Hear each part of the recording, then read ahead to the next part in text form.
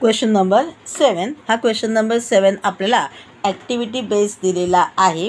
आपला क्वेश्चन आहे -2x² + 7x + 5 in the root 2x² + 7x + 5 in the root 2 = 0. आता आपल्याला हा प्रश्न सोडवायचा आहे. मी तुम्हाला अगोदरच सांगितलं थोडासा कॉम्प्लिकेटेड असा क्वेश्चन आहे. आपल्याला हा क्वेश्चन ॲक्टिव्हिटी बेस जरी असला तरी परीक्षेमध्ये येऊ शकतो. ॲक्टिव्हिटी बेस म्हणून पण येऊ शकतो. आपल्या डायरेक्ट क्वेश्चन टाकून आपली गुगलीसुद्धा उडवू शकतात आणि आपल्याला म्हणून हा प्रश्न सावधानतेने सोडवायचा आहे. मी तुम्हाला आधी सोडवून दाखवते, मग जिथे आपल्याला बायफर्केशनची किंवा मी तुम्हाला एक्सप्लेनेशन करण्याची आवश्यकता आहे तिथे मी तुम्हाला बोर्डवरती एक्सप्लेनेशन करून दाखवते. आपण आता प्रथमतः विचार करूया. 5 in the root 2 आणि आपल्या x² कोएफिशियंट आहे in the root 2 म्हणजे काय झालेलं आहे 2 × 2 4 झालेला आहे किंवा डायरेक्ट पण म्हणूया की तसं जे आहे रूट काढून टाकल्यानंतर आन्सर 2 आलं म्हणजे 5 2 10 म्हणजे आपल्याला 10चं असं बायफर्केशन करायचं आहे की ज्याची आपण प्लस केल्यानंतर ॲडिशन केल्यानंतर आन्सर 7 येईल. मग आपण म्हटलं 5 2 10 डायरेक्ट आन्सर मिळालं. 5 + 2 7 आणि 5 2 10 आन्सर आलेलं आहे. आणि आता आपला कॉमन साईन जी आहे ती प्लसच द्यायची म्हणजे +7x आणि +5x आणि +2x लिहून घेतलेलं आहे. 2 in the root 2x² + 5x + 2x + 5 in the root 2 = 0. आता काय करायचं आहे in the root 2x² + 5x मधून आपल्याला कॉमन नंबर काढायचा आहे. तो कोणता आहे तो मिळालेला आहे x. मग ब्रॅकेटमध्ये काय आलं आहे in the root 2x + 5 प्लसची साईन ॲज इट इज. आता इथे काय आहे 2x + 5 in the root 2. मग इथे आपल्याला जो मिळतो आहे तो कसा मिळतो आहे ते बघूया आपण. आपला कॉमन नंबर इथे काय मिळू शकेल बघा दाखवते मी तुम्हाला. आता 2x आहे +5 in the root 2. मग मी काय केलं in the root 2 × 2x. Okay हा याच्यावरती नाही आहे in the root 2. ठीक आहे +5 आपण त्याला सुद्धा हवं तर टाकून घेऊया in the 5 बरोबर. आता कॉमन बघा इथे काय दिसतोय in the root 2 दिसतोय बरोबर. मग आपण in the root 2 जो आहे तो कॉमन घेतला म्हणजे आतमध्ये काय राहिलं in the root 2x plus आता 5 × 5 म्हणजे +5 येणार आहे कारण आपल्या इथे in the root 2 5 × 5 कशाला लिहायचं आहे आपल्याला माहिती आहे 5 5 25 आणि 25चा आपला रूट आहे 5. मग आपण तो ॲज इट इज लिहून घेतला म्हणजे काय आन्सर झालेला आहे. कॉमन नंबर काय मिळालेला आहे in the root 2 आणि मग आपण ब्रॅकेटमध्ये काय लिहून घेणार आहोत in the root 2x + 5 = 0. आपल्या कॉमन ब्रॅकेट काय मिळालं आहे in the root 2x + 5 आणि जे आपण कॉमन नंबर्स काढले ते एका ब्रॅकेटमध्ये लिहून घेतो त्यात x + in the root 2 = 0. म्हणजे आता काय झालेलं आहे in the root 2x + 5 = 0 or x + in the root 2 = 0. आता मी तुम्हाला सांगितलेलं आहे एक्सची व्हॅल्यू कशी आपण काढायची. डायरेक्ट तुम्हाला हवं असेल तर ही स्टेप वाढवायची तर वाढवा किंवा आपल्याला डायरेक्ट उत्तर काढता येतं आहे. आता कसं ते मी तुम्हाला सांगितलेलं आहे कशा प्रकारे विचार करायचा. मग आपण लिहून घेतलं x = therefore x = +5चा काय झाला -5 आणि in the root 2 कसं आहे मल्टिप्लिकेशन होतं इथे आल्यानंतर डिवाईडमध्ये होईल म्हणजे काय होईल -5 in the root -5 upon in the root 2 or x = आता हा in the root 2 कसं आहे प्लस म्हणजे त्यानंतर काय होईल मायनस म्हणजे आन्सर येईल x = - in the root 2. therefore -5 upon in the root 2 and minus in the root 2 are the roots of the equation. तुम्हाला हवं तर म्हणाला ऑफ द क्वाड्रेटिक इक्वेशन नुसतं म्हणाला ऑफ द इक्वेशन तरीसुद्धा चालणार आहे. आता आपण पाहणार आहोत question number 8. 3x² - 2 in the root 6x + 2 = 0. आता अर्थ काय झालेला आहे, 3 × 2 6. 6चं अशा प्रकारे आपल्याला बायफर्केशन करायचं आहे की आन्सर जे आहे ते प्लस केल्यानंतर काय आलं पाहिजे, 6 आलं पाहिजे. आणि प्लस केल्यानंतर ॲडिशन केल्यानंतर 2 √ 6 आलं पाहिजे. कसं येईल मग, जर का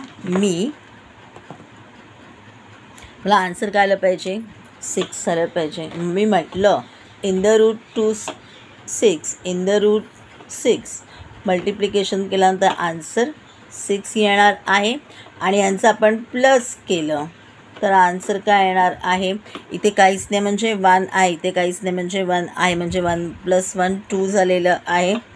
2 √2 6 आन्सर आलेलं आहे. बघा, हेच आपल्याला त्यांनी सांगितलेलं होतं काढायला, 2 √6.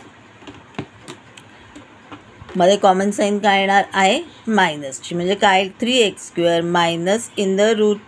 (-6x - (-6x + 2) = 0. आता आपल्याला याच्यामधनं कॉमन नंबर काढायचं आहे, 3x² - (-6x) मधनं काढूया कॉमन नंबर. बघूया कसा निघेल तो आपल्याला कॉमन नंबर. ओके, तर काय केलेलं आहे आपण, 3x² - (-6x) कॉमन नंबर काढायचा आहे. आता 3ला आपण काय म्हणूया, 3 × 3 झालेला आहे. ओके, आता हा 6ला आपण म्हणू शकतो √2 3 × 6 होऊ शकतो, बरोबर. 6ला जर का आपल्याला काय सांगितलं, फॅक्टरायझेशन करताना आपण कुठपर्यंत फॅक्टरायझेशन नेहमी करतो, कुठपर्यंत आपण त्याला डिवाईड करत जातो, जोपर्यंत आपल्याला लास्टचा नंबर किंवा आपल्याला जोपर्यंत सगळेच्या सगळे नंबर्स प्राईम नंबर्स मिळत नाहीत तोपर्यंत आपण करतो. म्हणजे हा दोन्ही प्राईम नंबर्स आहेत, 3 पण आणि 2 पण, मग 3 2 केलेला आहे. आता कॉमन नंबर मिळाला बघा, √3. मग काढला √3 कॉमन नंबर. मग आतमध्ये काय राहील, √3 आणि काय असेल तुमचे ते, म्हणजे आता इथे √3x राहील, कारण x² आहे, इथे x आहे म्हणून कॉमन x राहील. मग आतमध्ये एक x राहील, मायनसची साईन राहील, √2 दिसलं. ओके, कळलेलं, लक्षात आलेलं आहे कशा प्रकारे आपल्याला त्याचं बायफर्केशन करायचं आहे. मग आपण लिहून घेतलेलं आहे, √3x (-3x - (-2) क्लोज मायनसची साईन. आता इथे काय झालेलं आहे, इथे 2 आहे, मग आपण इथे 3 2 केलं तर इथे √2 हा आपला कॉमन नंबर येईल. आतमध्ये काय राहील, √3 राहील. मग आपण लिहून घेतलेलं आहे मायनस √2 (-3x) बाहेर मायनसची साईन आहे, म्हणजे आतमधली साईन बदलणार आहे, प्लसची होईल मायनस √2, कारण 2चं आपण बायफर्केशन केलेलं होतं, 2 2 एक 2 बाहेर आला, एक 2 राहिला, मग तो √2 लिहून घेतलेला आहे, ब्रॅकेट क्लोज = 0. आता मला कॉमन ब्रॅकेट आपल्याला काय मिळालेला आहे, √3x -√2 लिहून घेतलेला आहे. दुसऱ्या ब्रॅकेटमध्ये कॉमन नंबर्स लिहून घेतलेले आहे, √3x -√2 = 0. जवळजवळ दोन्हीकडचे सेम आलेले आहेत बघा, √3x -√2 = 0 और √3x -√2 = 0. एक्सची व्हॅल्यू काढायची आहे. इकडचा -√2 काय झाला, प्लस √2 झाला. हा इकडचा मल्टिप्लिकेशनमधला डिवाईडमध्ये गेला, म्हणजे √3 और इथे सुद्धा तसंच आलेलं आहे, x = -√2चा झाला प्लस √2 अपॉन काय झालेलं आहे, मल्टिप्लिकेशनचा डिवाईडमध्ये आला म्हणून अपॉन √3. तुम्हाला हवं असेल तर तुम्ही कॉमन एक हा सुद्धा देऊ शकता. आन्सर कसं दिसेल दाखवते मी तुम्हाला. इथे मी तुम्हाला दाखवलेलं आहे कसं लिहिलेलं आहे मी तुम्हाला, x = √2 upon in the root 3. तुम्ही असं सुद्धा लिहू शकता.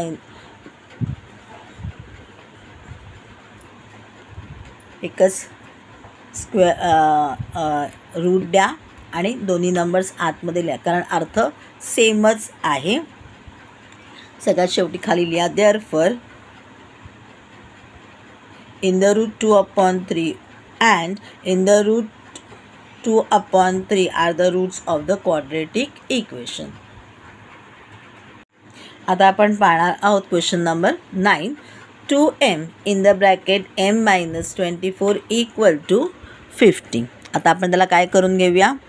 2mनी m मायनस 24ला आपल्याला मल्टिप्लिकेशन करायचं आहे, करून घेतलेलं आहे. 2m² मायनस 24 2 = 48m हा होता इकडे इक्वल टू 0. इकडे आल्यानंतर काय झालं आहे मायनस म्हणजे प्लस 50 होता, तो ते झाला -50 इक्वल टू 0. आपल्याला स्टँडर्ड फॉर्ममध्ये इक्वेशन मिळालेलं आहे. आता 2 आहे, इथे 50 आहे, म्हणजे 50 2 = 100.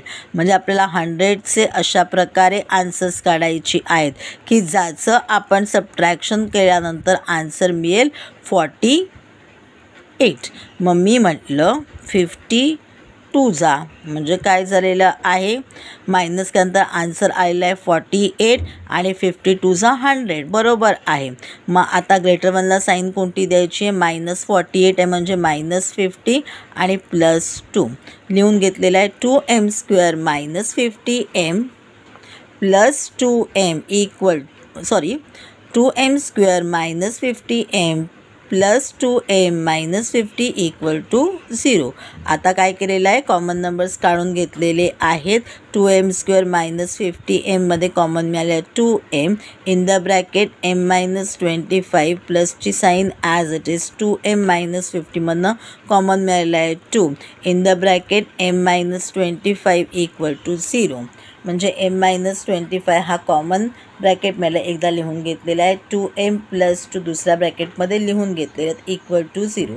म्हणजेच आन्सर काय झालेला आहे m - 25 इक्वल टू 0 और 2m + 2 equal to 0. Therefore m is equal to -25चा झाला +25 और m इज इक्वल टू +2चा झाला -2 -2 हा होता इकडे मल्टिप्लिकेशन इथे झालेला आहे डिवाइडमध्ये, म्हणजे आन्सर आलेला आहे -2/2 म्हणजेच आन्सर आलेला आहे -1. Therefore 25 and -1 are the roots of a quadratic equation.